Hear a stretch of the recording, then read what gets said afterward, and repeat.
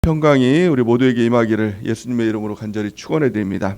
오늘은 로마서 15장 1절에서 13절 말씀을 근거로 강한 자의 사명이라는 제목으로 하나님 말씀 증거하겠습니다. 완전한 복음 로마서 강의 42번째 시간입니다. 이번 한 주간 이제 우리 올해 마지막 한 주간을 이제 보내고 있죠. 우리가 늘 기도함을 통하여서 우리 영심의 말씀을 받기 위해서 준비되는 우리 한 주간이 되길 바랍니다. 우리의 기도는 하나님의 놀라운 능력이 있습니다. 마귀의 권세를 끊어내고 성령의 인도하심과 또 성령의 능력으로 우리를 이끌어가는 그 능력이 바로 기도 안에 있는 줄 믿습니다. 늘 깨어서 우리가 기도하는 한 주간이 되기를 바랍니다. 하나님은 그리스도인들이 강한 그리스도인이 되기를 바랍니다. 우리를 강하게 만들어 주십니다. 주님 안에 있을 때 우리는 강한 그리스도의 군사로 십자가 군병으로 살아가게 됩니다. 그러기에 우리는 이 땅을 살면서 비실비실거리면 안 됩니다. 성도가 늘 이렇게 약하고 무너지고 깨어지고 이 모습은 하나님께서 원하시는 모습이 아니라는 것입니다. 하나님은 그리스도인들이 세상을 정복하기를 원하고 세상 가운데서 그 영향력을 드러내면서 강한 삶을 살기를 원하신다는 것입니다. 우리 에베소 6장 10절 말씀 11절 말씀까지 우리 같이 한번 읽어보겠습니다. 시작. 끝으로 너희가 주 안에서와 그 힘의 능력으로 강건하여지고 마귀의 간계를 능히 대적하기 위하여 하나님의 전신갑주를 입으라. 아멘. 무슨 말입니까? 너희가 주 안에서와 그 힘의 능력으로 강건하여지고 이렇게 말씀하고 있습니다. 주 안에 있을 때 또 그 힘의 능력 가운데 있을 때 우리가 강건해진다. 하나님의 뜻은 우리가 이 강건해지는 능력으로 이 땅을 승리하기를 원한다는 것입니다. 우리 교회가 강한 교회가 되기 원하는 것, 이것이 하나님의 뜻이라는 것입니다. 이것은 특별한 원리가 아닙니다. 어떤 특별한 성도에게만 이런 능력을 주셔서 그 능력 가운데 살아가게 하는 것이 아니라 일반적인 원리라는 것입니다. 모든 성도들이 다 강한 그리스도인으로 이 땅에서 승리하길 원하는 것, 이것이 바로 이 하나님의 뜻이라는 것입니다. 하나님께서는 그러기에 성도들에게 그 능력을 부어주십니다. 성경은 이렇게 말씀합니다. 누가복음 10장 9절 19절 우리 같이 한번 읽어보겠습니다. 시작. 내가 너희에게 뱀과 전갈을 밟으며 원수의 모든 능력을 제어할 권능을 주었으니 너희를 해칠 자가 결코 없으리라. 아멘. 그것은 우리 성도들 안에서 생겨나는 능력이 아니라 하나님께서 예수 그리스도께서 우리 가운데 부어주시는 능력이라는 것입니다. 뭐라고 말씀하고 있습니까? 너희에게 뱀과 전갈을 밟으며 원수의 모든 능력을 제어할 권능을 주셨다는 거예요. 마귀를 이길 수 있는 힘을 주셨다는 겁니다. 그런데 우리가 맨날 마귀에게 지고 또 마귀에게 눌렸다고 하고 맨날 그렇게 살아간다고 하면 이것은 하나님의 뜻대로 살아가는 삶이 아니다라는 것입니다. 하나님은 마귀를 이기고 제어하고 마귀를 물리치고 마귀를 쫓아내고 이런 삶을 살아가면서 강한 그리스도인의 삶을 살아가는 것, 이것이 진정한 그리스도인의 삶이다라는 것입니다. 그렇다면 이 하나님께서 우리가 강한 그리스도인으로 만들어 주시는데 그 강함을 받는 그 통로가 무엇일까요? 어떻게 우리가 강한 그리스도인이 될 수 있을까요? 그 두 가지를 통해서 우리 하나님의 강한 그리스도인의 능력을 우리가 받을 수 있다는 것입니다. 가장 첫 번째는 누가 뭐라고 해도 기도지요. 기도를 통해서 우리는 강한 그리스도인으로 쓰임받게 될 줄 믿습니다. 두 번째는 하나님께서 우리한테 말씀을 주십니다. 그 말씀을 잘 듣고 순종하는 삶을 살 때 우리가 강한 그리스도인의 삶을 살아가게 될 줄 믿습니다. 우리가 말씀 듣고 순종하는 삶을 살면 홍해가 갈라지는 역사가 나타나고 요단강이 갈라지는 역사가 나타나고 여리고가 무너지는 하나님의 역사가 나타나게 되는 것입니다. 하늘에서 만나가 내리고 메추라기가 내리는 역사가 무엇입니까? 기도하고 말씀에 순종하는 삶을 살아갈 때 우리 가운데 있는 모든 장벽들이 무너지는, 또 하나님의 놀라운 기적들이 이루어지는 그 삶이 지금 우리의 삶 가운데 재현되게 될 줄을 믿습니다. 성경의 역사는 옛날의 역사가 아닙니다. 지금 살아계신 하나님께서 지금도 활동하시는, 어제나 오늘이나 동일하신 그 하나님께서 지금도 역사하시는 그 역사가 바로 이 성경의 역사인 것입니다. 그래서 모세에게만 일하셨던 하나님이 아니라 다윗이나 바울에게만 임했던 하나님이 아니라 동일하게 우리 가운데도 임하게 하신다는 것입니다. 무엇을 통해서요? 기도함을 통해서, 또 말씀과 순종함을 통해서 그 모든 것들이 이루어지게 될 줄 믿습니다. 그 첫 번째 시작은 기도입니다. 기도하면 하나님께서 일하여 주십니다. 마태복음 7장 7절 말씀으로 같이 한번 읽어보겠습니다. 시작. 구하라 그리하면 너희에게 주실 것이요 찾으라 그리하면 찾아낼 것이요 문을 두드리라 그리하면 너희에게 열릴 것이니. 아멘. 우리 가운데 약함이 있습니까? 그렇다면 기도하라는 것입니다. 구하라, 그리하면 너에게 주실 것이요, 찾으라, 그리하면 찾아낼 것이요, 문을 두드리라, 그리하면 너에게 열릴 것이다. 이렇게 말씀합니다. 이것이 하나님의 강력한 약속입니다. 하나님께서 기도에 대한 약속을 주셨음에도 불구하고 항상 이 그리스도인으로 살아가면서도 나는 약해요, 나는 못해요, 나는 할 수 없어요, 나는 연약해요, 이렇게 살아간다면 이것은 정말 부끄러운 모습인 것입니다. 우리 하나님의 약속을 말씀 붙들고 우리가 기도함을 통해서 구하고 찾고 두드리는 하나님의 뜻대로 살아가는 은혜가 있길 바랍니다. 그래서 구함을 통해서 우리가 하나님께서 주신 것을 받고 또 찾아내는 것을 통해서 찾아내고 또 문을 두드림을 통해서 우리 가운데 막혀있는 모든 문이 열려지는 하나님의 역사가 우리 가운데 나타나기를 원합니다. 그래서 우리 가운데 어려움이 있다면 하나님의 약속의 말씀대로 부르짖는 은혜가 있길 바랍니다. 예레미야 33장 3절 말씀에 보면 너는 내게 부르짖으라, 내가 내게 응답하겠고 내가 알지 못하는 크고 은밀한 일을 내게 보이리라, 이렇게 말씀하고 있지 않습니까? 우리가 부르짖어 기도하면 하나님께서 우리 가운데 응답하시는 것입니다. 역사하시는 것입니다. 그래서 불가능이 가능하게 되고 기적이 일어나게 되고 약한 자가 강하게 되는 하나님의 역사가 이 기도로부터 시작이 되는 것입니다. 또 하나님의 말씀이 드려질 때 그 말씀 그대로 순종하고 그 강을 건너갈 때 요단강이 갈라지는, 홍해가 갈라지는, 또 여리고성이 무너지는 하나님의 놀라운 역사가 우리 가운데 나타나게 될 줄을 믿습니다. 그래서 성도는 약할래야 약할 수 없는 존재인 것입니다. 강한 존재인 것입니다. 우리 가운데 수많은 마귀의 도전이 있을지라도 우리가 그 정과를 또 그 악한 것들을 이기며 나가는 우리 모두가 되기를 바랍니다. 그렇다면 하나님께서 왜 그리스도인들을 강하게 하실까요? 그 강한 것을 주신 것은 강함을 가지고 자랑하고 강함을 가지고 내가 잘 먹고 잘 살라, 이래서 하나님께서 우리 가운데 강함을 주신 것이 아니라 강한 자에겐 하나님의 사명이 있다라고 성경은 말씀하고 있는 것입니다. 우리가 먼저는 강한 그리스도인이 되고 그 강함을 통해서 하나님께서 우리를 통해서 인도하시는 대로 또 우리를 사용하시는 대로 그 사명 가운데 나가야 된다라고 성경은 말씀하고 있는 것입니다. 오늘 1절 말씀을 같이 한번 읽어보겠습니다. 1절 말씀, 본문 말씀 시작. 믿음이 강한 우리는 마땅히 믿음이 약한 자의 약점을 담당하고 자기를 기쁘게 하지 아니할 것이라. 아멘. 하나님께서 우리 가운데 강함을 주십니다. 그 강함의 상명이 무엇입니까? 약한 자를 어떻게 하라고요? 담당하라. 그들의 약점을 담당하라는 것입니다. 또한 우리가 강함이 있으면 그 강함을 통해서 내 자신을 기쁘게 하지 말라는 것입니다. 그것을 나를 위한 도구로 사용하는 것이 아니라 다른 사람들을 섬기고 다른 사람들의 약점을 보완해주는 그 도구로 우리의 강함을 사용하라라고 말씀하고 있는 것입니다. 담당해야 한다는 것은 무슨 말입니까? 그 사람의 약점을 짊어져야 된다라는 것이고 그 사람의 약점을 내 것으로 받아들여야 된다라고 이렇게 말씀하고 있는 것입니다. 그 가장 큰 본을 보여주신 분이 누굽니까? 바로 예수 그리스도시죠. 예수님은 하나님이십니다. 강함을 통해서 이 땅에 오셨습니다. 제가 오늘 본 말씀 보니까 3절 말씀에 보니까 그리스도께서도 자기를 기쁘게 하지 아니하셨으니 이렇게 말씀하고 있습니다. 예수님도 그 강함을 통해서 자신을 기쁘게 하는 것이 아니라 다른 사람들을 섬기고 그 강함을 다른 사람들을 위한 도구로 사용했다라고 성경은 말씀하고 있는 것입니다. 이사야 53장 4절 말씀을 우리가 같이 한번 읽어보겠습니다. 시작. 그는 실로 우리의 질고를 지고 우리의 슬픔을 당하셨거늘 우리는 생각하기를 그는 징벌을 받아 하나님께 맞으며 고난을 당한다 하였노라. 아멘. 예수님께서 십자가 달려 돌아가심을 통해서도 치증을 맞음을 통해서 이루시고자 했던 그 일들이 무엇입니까?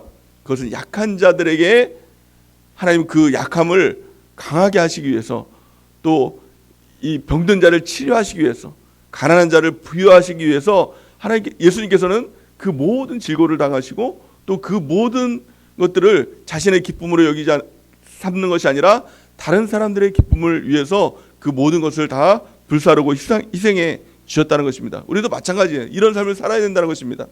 우리가 이 땅을 살아가면서 예수님을 믿는다는 것은 단지 예수님을 아는 것으로 그치는 것이 아니라 예수님의 삶, 그 삶을 우리도 닮아가는 것입니다. 그것이 바로 성숙이죠. 예수 그리스도의 장성한 분량까지 자라난다는 것은 무엇입니까? 나도 예수님처럼 예수님의 삶을 따라간다는 것입니다.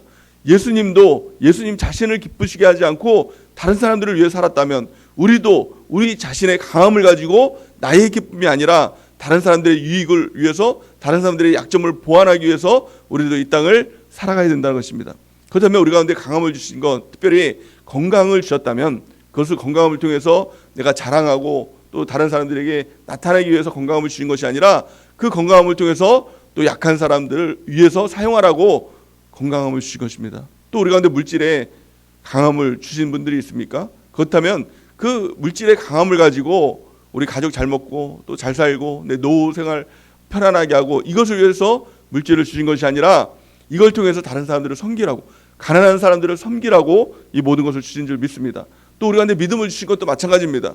그 믿음을 통해서 다른 사람들을 정죄하라고 믿음을 주신 것이 아닙니다. 그 믿음을 통해서 나 혼자 그 믿음 잘 간직하고, 나 혼자 그 믿음 키워서 나 혼자 천국 가라고 그 믿음 주신 것이 아닙니다. 이 믿음을 주신 이유가 무엇입니까? 오늘 본 말씀처럼 믿음이 약한 자, 그 약한 자를 담당하라고, 그 사람도 그 약점을 보완해 주면서 같이 믿음을 키워서 같이 천국 가라고 우리 가운데 믿음을 더하여 주신 것입니다. 우리 가운데 강함을 주신 것은 나를 위해서만 주신 것이 아니라 우리가 다른 사람들의 기쁨을 위해서, 또 다른 사람들을 섬기기 위해서 우리 가운데 그 강함을 주셨다는 것입니다. 그래서 이제는 더 이상 나를 위해서 사는 것이 아닙니다. 내 기쁨을 위해서 사는 것은 그리스도인의 모습이 아닌 것입니다. 내 가정의 기쁨, 내 자신의 기쁨, 이것만을 추구한다면 그것은 진정한 그리스도인이 아니라는 것입니다. 다른 사람들을 위해서, 또 다른 사람들의 기쁨을 위해서 우리가 희생되고 그 사람의 기쁨을 복돋아주는 놀라운 은혜가 있길 바랍니다. 이것이 예수님의 삶인 것입니다. 그렇다면 우리가 이렇게 질문할 수 있죠. 아니, 다른 사람들의 기쁨을 위해서만 살아간다면 그러면 나는 기쁨이 없는 거 아니에요? 다른 사람들만 기쁘고 나는 언제 기뻐요? 이런 생각을 가질 수 있지 않습니까? 그래서 믿음이 좋다라는 것은, 이것은 유익이 아니라 이거 불이익이 아니에요? 왜냐하면 믿음이 좋은 사람은 믿음이 약한 사람들의 기쁨을 위해서 살아간다고 한다면, 믿음이 약하면 믿음이 그 좋은 사람들, 강한 사람들의 이 주는 기쁨을 통해서 나는 기쁠 수 있지만, 믿음이 강한 사람은 기쁨이 소멸되는 거 아니에요? 없어지는 거 아니에요? 이렇게 얘기하는 분들도 아마 있을 수 있습니다. 근데 그 답을 오늘 성경 말씀은 우리에게 주고 있죠. 우리 13절 말씀을 같이 한번 읽어보겠습니다. 오늘 본 말씀 13절 시작. 소망의 하나님이 모든 기쁨과 평강을 믿음 안에서 너희에게 충만하게 하사 성령의 능력으로 소망이 넘치게 하시기를 원하노라. 아멘. 이게 참 놀라운 말씀인 것입니다. 우리는 우리의 이 강함을 가지고, 우리 강한 믿음을 가지고, 또 하나님께서 주신 강한 이 어떤 물질과 또 이 건강을 가지고 다른 사람들을 섬기고 다른 사람의 기쁨을 위해서 살아가면, 우리의 기쁨은, 우리의 평강은 누가 주십니까? 하나님께서 우리 가운데 그것을 채워주신다는 것입니다. 오늘 본 말씀을 통해서 뭐라고 말씀하고 있어요? 소망의 하나님이 모든 기쁨과 평강을 믿음 안에서 너에게 충만하게 하사. 이 충만이라는 단어를 쓰고 있어요. 우리 가운데 그 충만한 기쁨을 하나님께서, 또 충만한 평강과 기쁨을 하나님께서 우리 가운데 채우시겠다, 부어주시겠다, 이렇게 말씀하고 있는 것입니다. 또한 성령의 능력으로 소망이 넘치게 하시기를 원하노라, 이렇게 말씀하고 있는 것입니다. 성령의 능력을 우리 가운데 부어주시겠다라고 말씀하고 있는 것입니다. 나는 다른 사람들을 위해서, 그 사람들을 섬기기 위해서, 나의 강함을 통해서 그 사람을 섬기기 위해서 살아가지만, 그것이 소멸되는 것이 아니라, 기갈되는 것이 아니라, 없어지는 것이 아니라 하나님께서 기쁨과 평강으로, 기쁨과 그 능력으로 우리 가운데 충만하게 채워주신다는 것입니다. 그리스도의 능력이 어디로부터 옵니까? 내가 나를 채워서는 그 능력이 생겨나지 않습니다. 나는 다른 사람들을 위해서 살아갈 때, 다른 사람들을 담당하며 또 책임지며 살아갈 때 하나님께서 기쁨과 평강으로 우리 가운데 채워주시는 그 능력, 그것이 진정한 그리스도인의 능력입니다. 우리는 하나님이 있습니다. 우리에겐 하늘이 있습니다. 하늘로부터 주시는 그 놀라운 능력과 평강으로, 그 기쁨으로 우리가 승리하며 살아가는 은혜가 넘치기를 예수님의 이름으로 간절히 축원해야 됩니다. 누가복음 6장 38절 말씀 우리 같이 한번 읽어보겠습니다. 시작. 주라, 그리하면 너희에게 줄 것이니 곧 후이되어 누르고 흔들어 넘치도록 하여 너희에게 안겨주리라. 너희가 헤아리는 그 헤아림으로 너희도 헤아림을 도로 받을 것이니라. 아멘. 우리 예수님께서 직접 그렇게 하신 말씀이시죠. 주라, 그러면 너에게 줄 것이니 후이되고 누르고 흔들어 넘치도록 너에게 안겨주리라. 이것이 하나님께서 우리 가운데 주시는 법칙입니다. 우리가 하나를 주면 하나를 주는 것이 아니라, 하나를 주면 열을 주고 백을 주고 천을 주고 만을 주는 것, 그래서 가득 채워주게 만드는 것, 흔들어 넘치도록 후이지는 것, 이것이 하나님께서 우리 가운데 채워주시는 그 방식이라는 것입니다. 그리스도인은 내가 나를 채우는 사람이 아닙니다. 다른 사람이 나를 채워주는 것, 이것이 그리스도인의 삶이 아닌 것입니다. 하나님께서 우리 가운데 채워주시는 그 놀라운 풍성한 가운데 충만함을 누리며 또 그것을 가지고 다른 사람들을 섬기며 나아가는 것, 이것이 진정한 그리스도인의 사명인 것입니다. 우리가 강한 자가 됐다면, 또 사명을 감당하는 자가 됐다면, 우리가 이제 추구해야 될 것은 더 큰 사명입니다. 하나님께서는 우리가 지금 이 상태에서 또 어떤 현상에서 머무르고 만족하며 사는 것이 하나님의 뜻이 아닙니다. 이 정도면 됐지, 이 정도면 내가 잘하고 있지, 이것으로 멈추는 것이 아니라 하나님께서는 더 한 걸음 나아가길 원하시는 것입니다. 그 사명 가운데서 더 큰 사명 가운데 우리를 인도하시는 것, 이것이 하나님의 뜻인 것입니다. 그렇다면 더 큰 사명 가운데 나가기 위해서 가장 첫 번째 그 발걸음이 무엇일까요? 하나님께서 주시는 것이 한 가지가 있습니다. 더 큰 사명으로 나가기 위해서 하나님께서 일하시는 가장 첫 번째 스텝이 뭐냐면 그것이 바로 소망이다라고 성경은 말씀하고 있는 것입니다. 오늘 4절 말씀을 같이 한번 읽어보겠습니다. 4절 시작. 무엇이든지 전에 기록된 바는 우리의 교훈을 위하여 기록된 것이니 우리로 하여금 인내로 또는 성경의 위로로 소망을 가지게 함이니라. 아멘. 하나님께서 더 큰 우리가 사명을 위해서 하나님께서 주시는 것, 그것이 바로 소망이다라는 것입니다. 우리 13절 말씀 다시 한번 보면 이렇게 말씀하고 있죠. 소망의 하나님이 이렇게 말씀하고 있어요. 하나님이 어떤 하나님입니까? 소망의 하나님이다.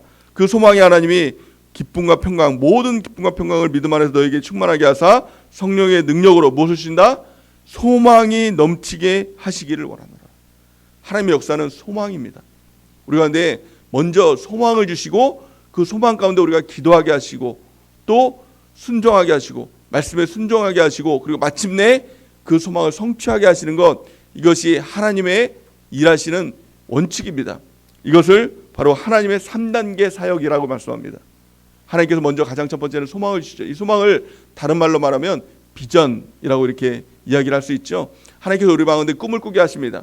또 새로운 미래를 보게 하시고 그것을 위해서 우리가 기도하게 하신다는 것입니다. 또 두 번째는 하나님께서 말씀을 주시고 그 말씀 가운데 순종하게 하시는 거예요.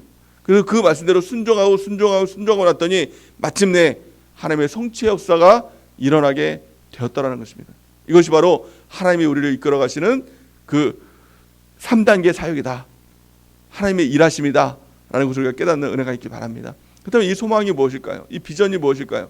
이 비전은 개인에게 임하는 비전은, 이것은 진정한 비전이 아닌 것입니다. 하나님께서 반드시 공동체를 통해서 그 비전을 우리에게 주시는 것입니다. 그래서 어떤 사람들은 자꾸 비전을 개인이 주시는 어떤 소망이라고 생각합니다. 개인이 주시는 자기 꿈이에요.